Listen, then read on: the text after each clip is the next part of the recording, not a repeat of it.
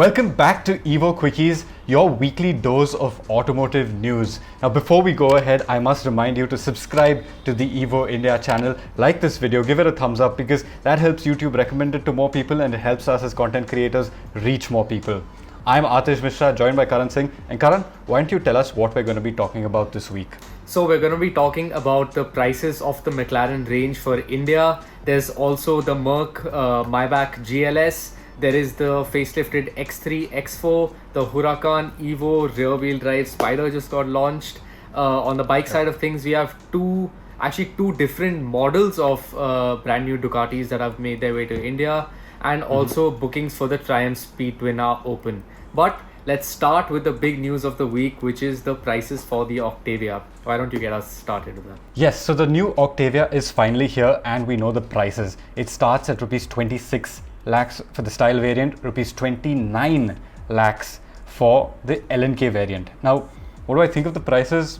There's no polite way to put this. It's expensive. Yeah, the Octavia has always been a reasonable car, offering a lot of luxury at a fairly reasonable price. But at this price point, it's very, very close to the Superb. If you think about it, the Superb prices start at I think 32 or 33 lakhs. You know, there's a 3 lakh difference between the LNK and the base Superb. That's not a very big gap. There are a lot of people who wouldn't mind stretching that little bit more to get the Superb, which is bigger, more comfortable, all of that. You know, and we've driven the Octavia, and at least from our first impressions, it feels a lot like the Superb. It is now a little softer, it is more comfortable, it is very luxurious on the inside, and it feels like a small Superb, essentially.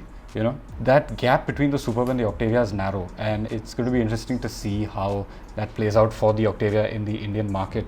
And even if you look at its rivals, the Octavia doesn't have any of its traditional sedan rivals left. The Elantra now sits half a segment below it. The Civic is dead, in India at least.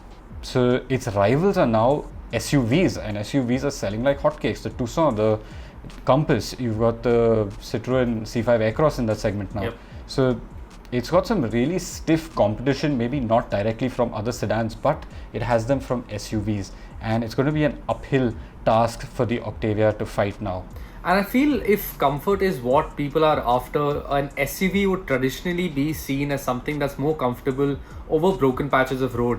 The Octavia was seen as a driver's car, was seen as the enthusiast choice. And while I haven't driven the car yet, but you guys have told us that, you know, the enthusiast side of it has been dulled down a little bit, which I think robs the Octavia characteristic that has been there for all of these generations that we've seen. Yeah, so that opens up the whole car versus SUV debate, right? And to answer that question, we've actually done a whole video on that. So we didn't put out a regular first drive review of the Octavia. You head to our channel right now, or it'll probably appear here right now, the link. We've done a proper full-blown comparison test between the Skoda Octavia and the Hyundai Tucson, which is sort of the benchmark in the same segment for comfort and dynamics and overall SUV experience. You know, so should you be getting a car? Should you be getting an SUV? We've answered that question. Go check out that video after you watch this.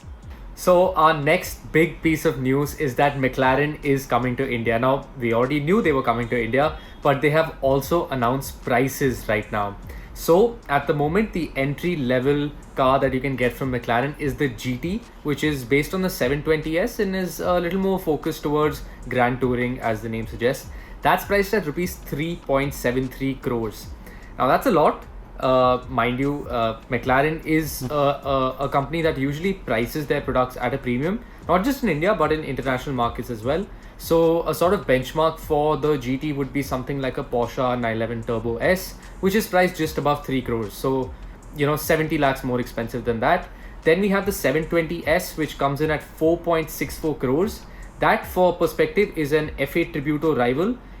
I think it is a touch more powerful than the F8. And if reviews for the 720S are anything to judge by, it's hypercar fast. So 4.64 crores. Again, it is premium, but McLaren has been at that premium price.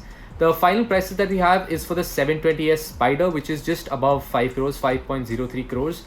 And that's basically the drop top version of the 720S. So we don't have prices for the Artura yet.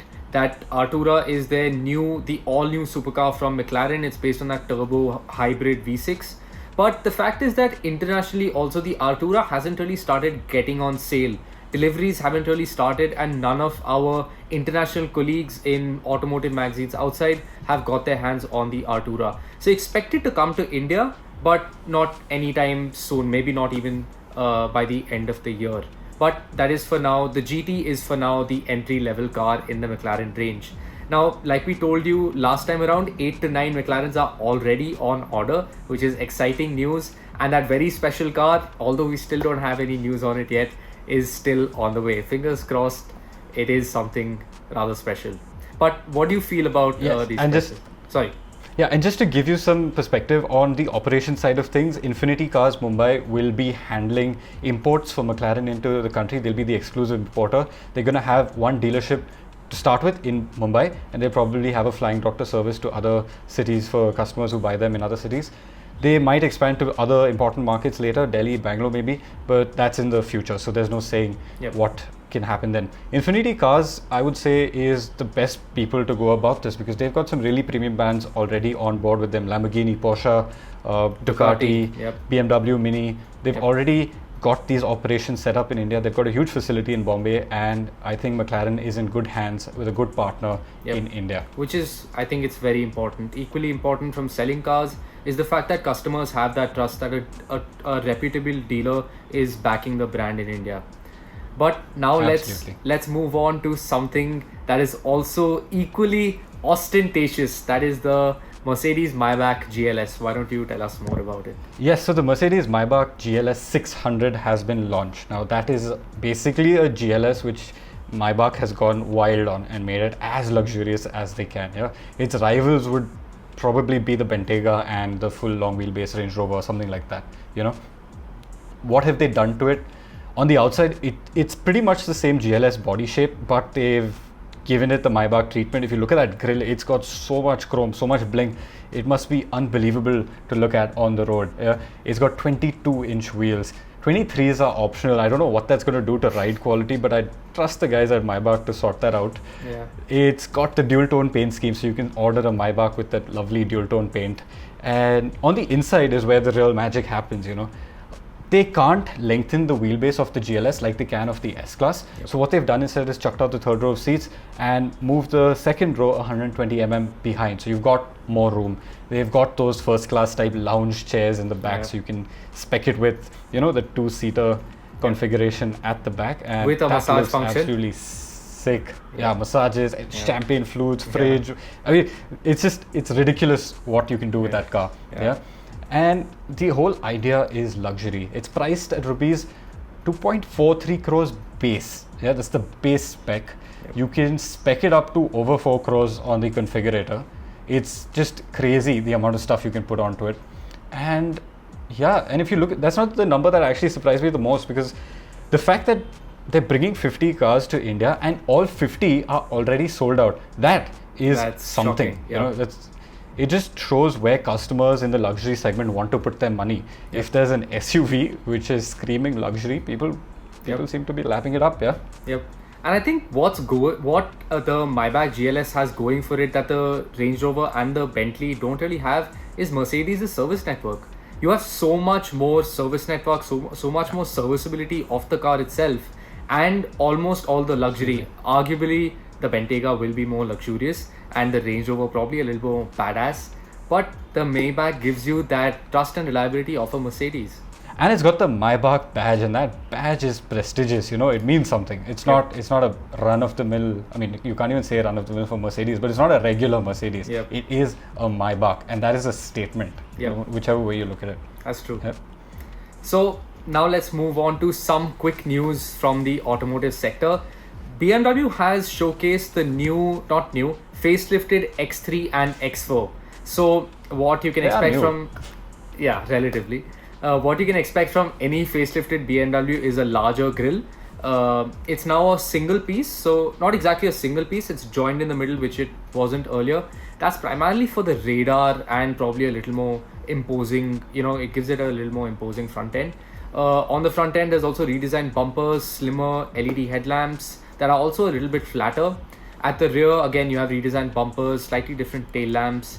On the inside, you have a lot more technology. So you have the updated iDrive system, you have the Hey BMW functionality, Alexa integration.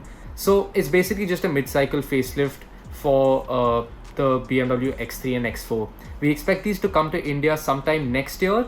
And in terms of powertrains, the India-specific powertrains, the 20i and the 30i and the 20D haven't really changed, while the 30D that we have on the X4 exclusively in India right now, that has got a slight bump in power.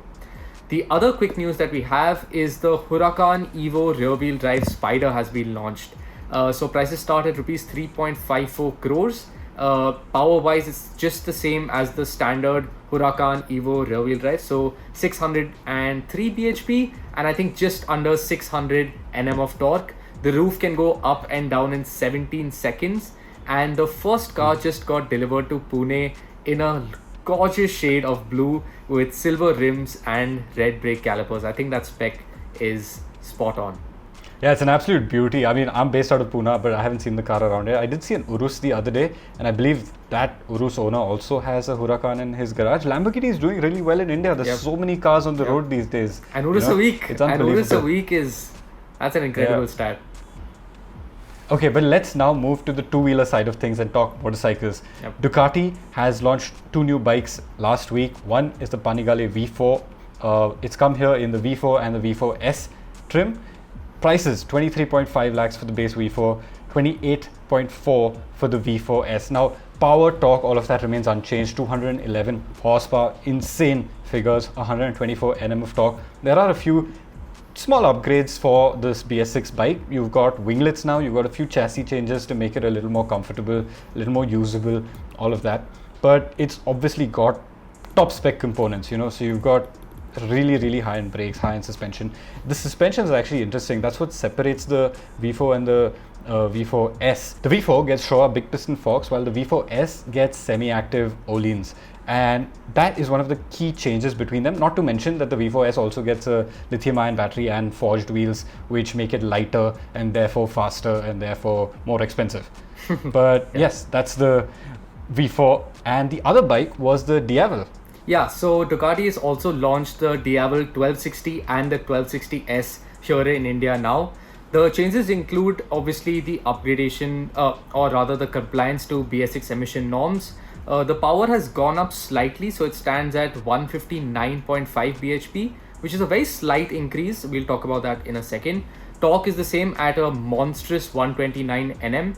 Although the weight has gone up a little bit, which is why I wanted to mention that later. So 249 kgs for the standard variant. The S is a touch lighter at 247 kgs. And that should mean that performance is almost identical to the pre-BS6 bike, which is to say that it is monstrously fast. Other changes include between the S and the standard is that the standard gets Brembo's M4.32 calipers, while the S gets the full-on M50 calipers. Other than that, both the bikes get IMU based electronics. There's launch control, there's wheelie control, there's cornering ABS, basically the works. Ducati's full suite of electronics are on these bikes and they look so good. I think that floating seat with that little bit of, at least that black and red paint scheme with that little bit of red going underneath the seat, I think it looks fantastic. Not too many changes in terms of looks, but I think that's all for the better. Prices start at 18.49 lakhs for the 1260 and 21.49 lakhs for the 1260S. You've actually had a small bit of experience with the Diavel, right? Yeah, so I think this is like maybe 8-10, maybe a year ago. We had a Diavel for a shoot, and just to give you a disclaimer, I'm not much of a bike guy. I've been terrified of sitting behind bikes, but when I see a guy I can trust, I just sometimes like sitting at the back. And our videographer at that time said, why don't you hop on at the back of the Diavel? So I said, okay, all right, And he took me for a spin in Lavasa. I was shocked. I was trembling for like half an hour after as to how bloody fast it was, man. I also went for a shoot with it at night. We actually never really got around to making that video. Maybe you should make it. So do stay tuned to the Evo India channel. That could be a very special video. But that bike is probably... Was that your first experience behind a big bike? I think so, yeah. that was my first experience behind a big bike. Yeah. Quite a bike to have a first experience on. Yeah. Talking of big bikes, Triumph has also announced bookings are open for the new Speed Twin. So last week we brought you news that Triumph has unveiled the new Speed Twin, and just a week later they have opened up bookings for that new Speed Twin here in India. The booking amount is rupees 50,000. You can do it from Triumph's website, online, or at any of their dealerships. And I just want to mention that I think it's a great thing that Triumph is bringing these bikes really, really quickly to India. It shows how important the Indian market is for Triumph. And that brings us to the end of this week's episode of evo Quickies. We've tried to keep it quick this week, and I think we've succeeded a little bit, better than the last few episodes at least. I'm Aatish, joined by Karan, signing off. Before you go, do leave a comment. Let us know what you think of the Octavia's pricing. Subscribe to the Evo India channel and hit the bell icon to keep pace with the thrill of driving.